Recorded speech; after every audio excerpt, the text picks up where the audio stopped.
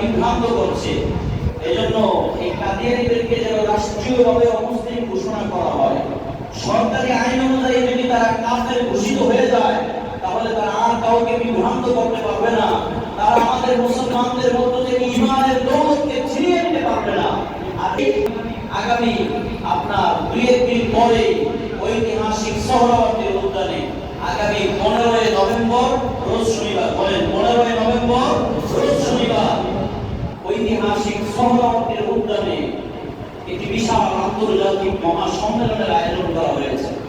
সারা বিশ্বের লন্ডন থেকে, ভারত থেকে, পাকিস্তান থেকে, সৌদি আরব থেকে অনেক বড় বড় ওলামায়ে কেরাম আসবেন, অনেক গুরুত্বপূর্ণ বক্তব্য রাখবেন, যাদেরকে সহজে পাওয়া যায় না, মাসকে মাস ঘুরেও যাদেরকে দেখার সুযোগ হয় না, এমন বড় বড় ব্যক্তিরা এই অনুষ্ঠানে আসতেছেন।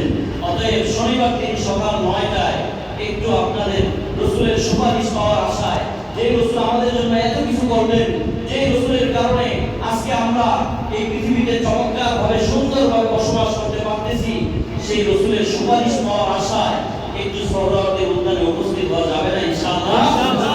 এখান থেকে একেবারে ভোলা থেকে, ময়মনসিংহ থেকে, তারপরে আপনার কুড়িগ্রাম থেকে, বাংলাদেশের দোহার থেকে, বিভিন্ন অঞ্চল থেকে, প্রান্ত প্রান্ত থেকে বাস ভাড়া করে আল্লাহর বান্দারা, ইমানদার তৌহিদি জনতা, সত্যিকার আশিক রাসূলুল্লাহ আসতেছে।